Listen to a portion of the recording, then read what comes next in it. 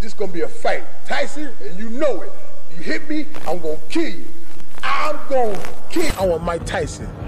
Point blank. Michelle Tyson. He's a and I'm gonna knock him out. Mike Tyson, le roi de la boxe, est connu pour ne laisser aucun doute sur le ring. Mais peu de gens savent qu'un des chapitres les plus humiliants de sa carrière pour un adversaire a eu lieu lorsque Mitch Blood Green, un boxeur avec plus de paroles que de talent, a décidé de le provoquer sur et hors du ring.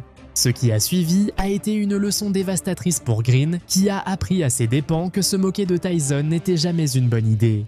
Mitch Green n'était pas vraiment un boxeur d'élite, mais il savait comment attirer l'attention. Connu pour son style extravagant et son attitude provocante, Green ne ratait aucune occasion de se moquer de Tyson avant leur combat en 1986. Il le qualifiait de surestimé et affirmait qu'il le battrait facilement.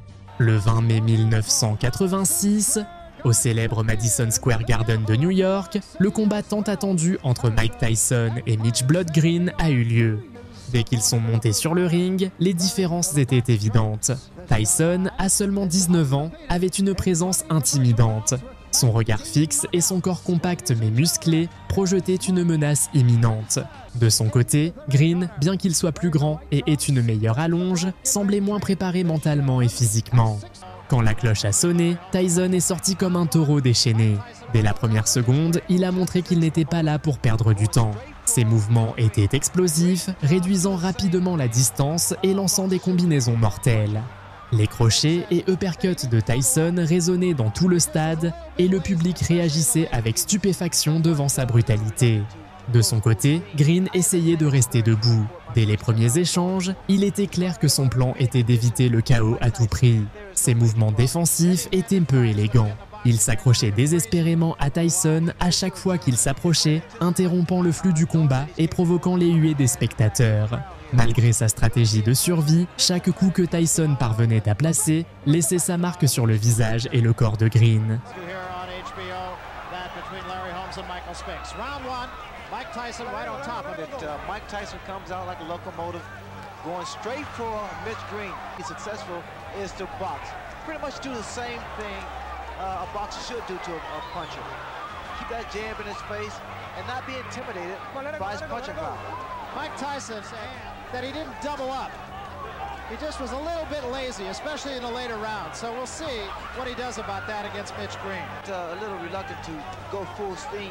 When they get in the boxing ring is either crazy or lying. What is your adrenaline? It's that anticipation of facing your opposition, knowing that he's capable, and the fact the crowd here.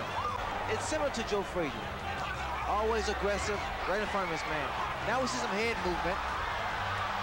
Green is off balance when he throws his punches. Well, the mistake that Mitch Green makes is the fact that he doesn't coordinate his fist. He's slapping his punches. And you have to make a guy like Mike Tyson respect you. Have to get those punches in and get him in sharp. That's the uppercut that was working for Quick Tillers by Tyson. And shots to the body. Body shot slows down your maneuverability.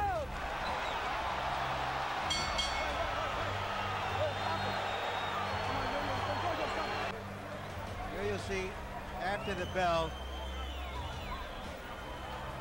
right there, that last punch. Au fil des rounds, le combat est devenu un monologue de Tyson. Green parvenait à peine à placer des coups significatifs, tandis que Tyson continuait à enchaîner des combinaisons brutales sur le corps et la tête. Les crochets gauches de Tyson résonnaient contre les côtes de Green, le forçant à reculer encore et encore. Quand Green essayait de se protéger, Tyson répondait avec des uppercuts qui soulevaient son menton comme une marionnette.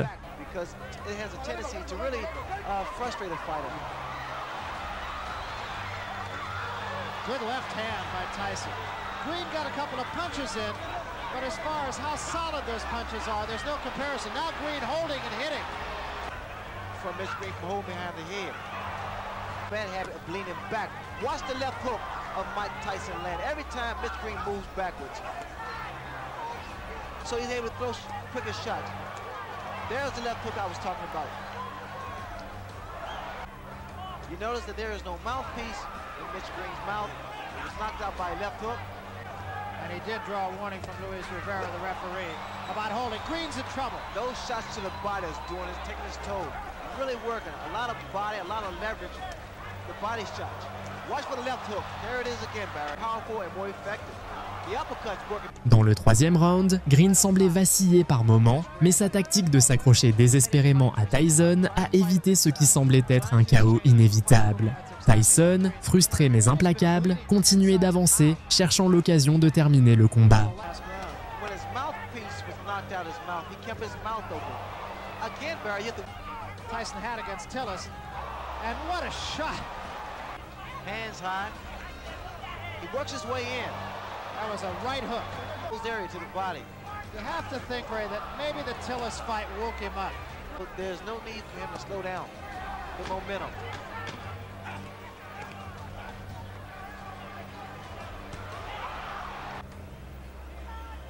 Now here we see White, the mouthpiece come out with that left jab, and in fact why it's so difficult for Green to move because Bien que Green ait montré une grande résistance, sa performance n'était pas du tout héroïque.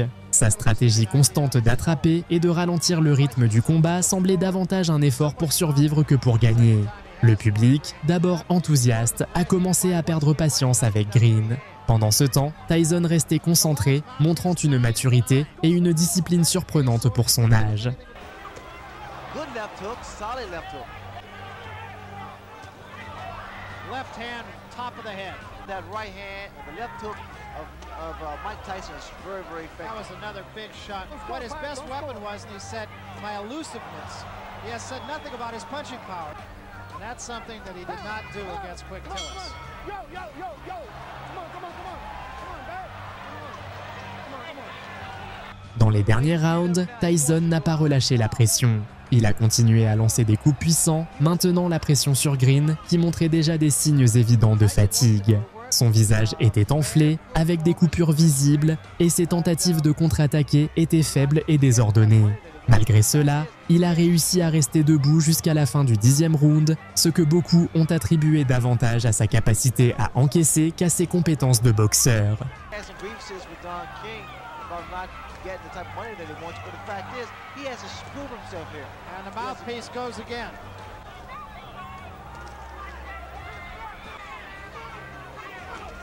What's going to happen as Tyson gets further and further into his career, he's going to figure out a better way to approach fights like this. Those shots to the body, I love those body shots. Another day in the classroom. Big left hand to end things.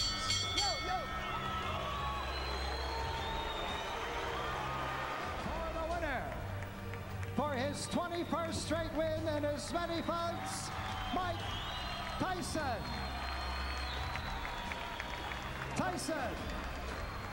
Le 23 août 1988, Green a poussé sa provocation à l'extrême. Tyson était à Harlem pour acheter une veste en cuir blanc lorsque Green est apparu torse nu, armé seulement de son arrogance, et a commencé à l'insulter publiquement. Il accusait Tyson de ne pas lui avoir assez payé pour leur premier combat et le défiait pour un second affrontement.